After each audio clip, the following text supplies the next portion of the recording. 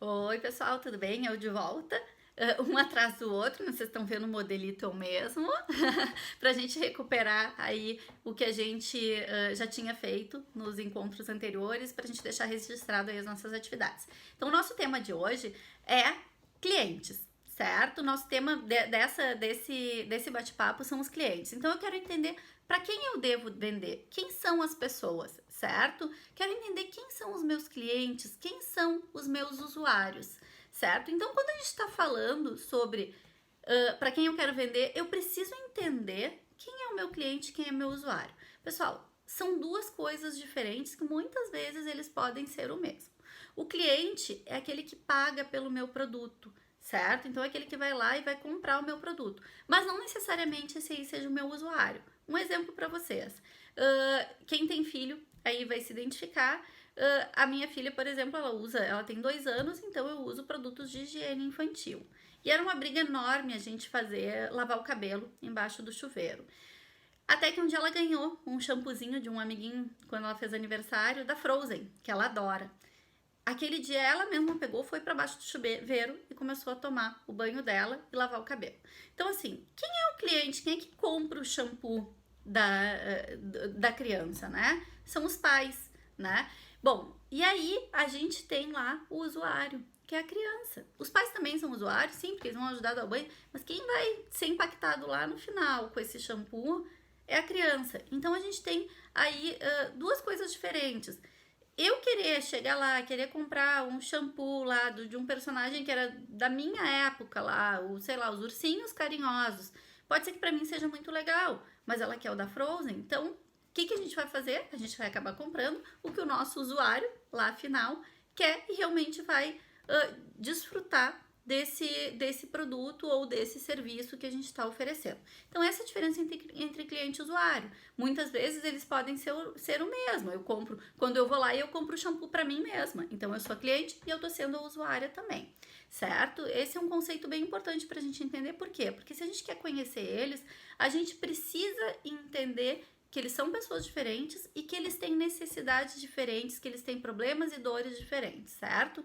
Então, assim, ó, eu trago para vocês a pirâmide de Maslow, que é para a gente entender quais são as necessidades das pessoas. A pirâmide de Maslow, às vezes a gente tem dificuldade de entender quais são as necessidades, porque a gente fica procurando uma só. E, em geral, as pessoas têm várias necessidades em diversas situações diferentes. Então, a pirâmide de Maslow é para a gente desdobrar essas necessidades, olhando lá das mais básicas, das fisiológicas, até a mais superior, que é a de autorrealização. Então, eu quero que vocês pensem aí nos clientes, nos usuários de vocês, quais são as necessidades deles, certo? Vocês podem ajudar a preencher isso um pouquinho com o que vocês fizeram lá na pesquisa de mercado e buscando também com entrevistas, com conversas. Pessoal, isso é super importante. Entrevistas. Conversem com os potenciais clientes e usuários de vocês. Explorem o problema. Isso é uma coisa importante. O nosso foco aqui é a exploração do problema e não a apresentação de solução, entendendo essa solução. A gente quer olhar o problema, qual problema a gente está resolvendo. Então a gente vai conversar com as pessoas explorando qual é o problema e entendendo aquilo que elas não falariam normalmente para vocês numa situação normal. A gente vai voltar lá a ser criança, né? Diz que a criança por volta dos 5 anos começa na fase do porquê. Mas por quê? Mas por quê? É isso que a gente tem que fazer. A gente tem que ir lá e ficar perguntando, mas por quê? Por que tu toma essa decisão? Por que tu escolhe isso e não escolhe aquilo, certo? Então essa aí é uma das questões que a gente quer entender aí com os nossos clientes e o nosso usuário. Então eu trago aqui para vocês algumas cartinhas, deixa eu colocá-las em ordem aqui de novo. Aqui estão.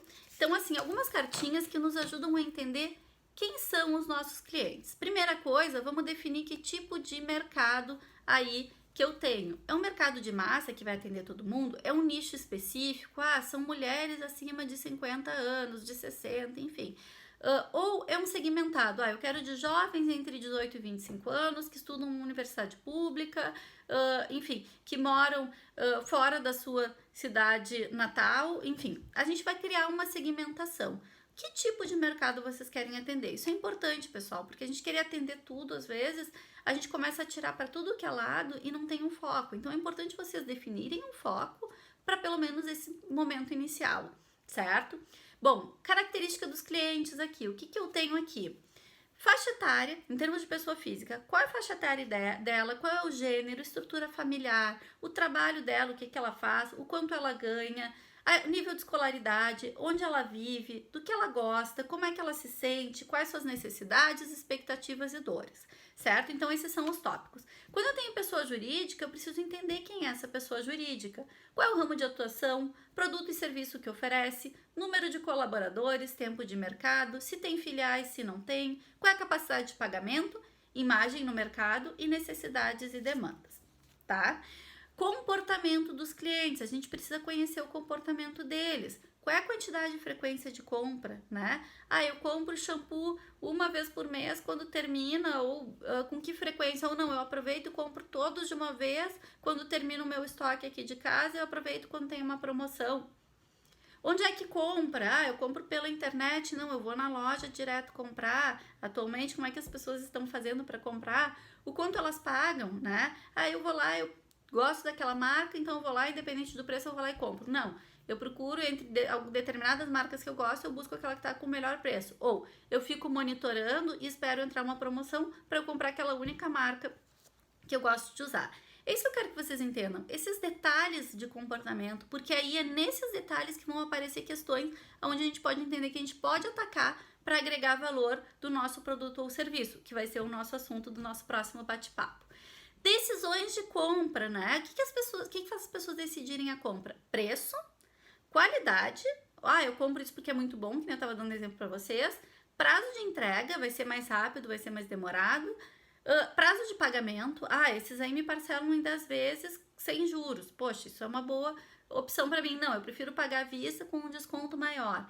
E se é o atendimento, qual atendimento eu estou recebendo, certo? Então, assim, pessoal, quando a gente vai conversar com o nosso potencial cliente usuário, a gente quer olhar para ele o que é bom para ele, né? Então, assim, a gente tem aí alguns critérios que a gente pode falar em desejabilidade, né?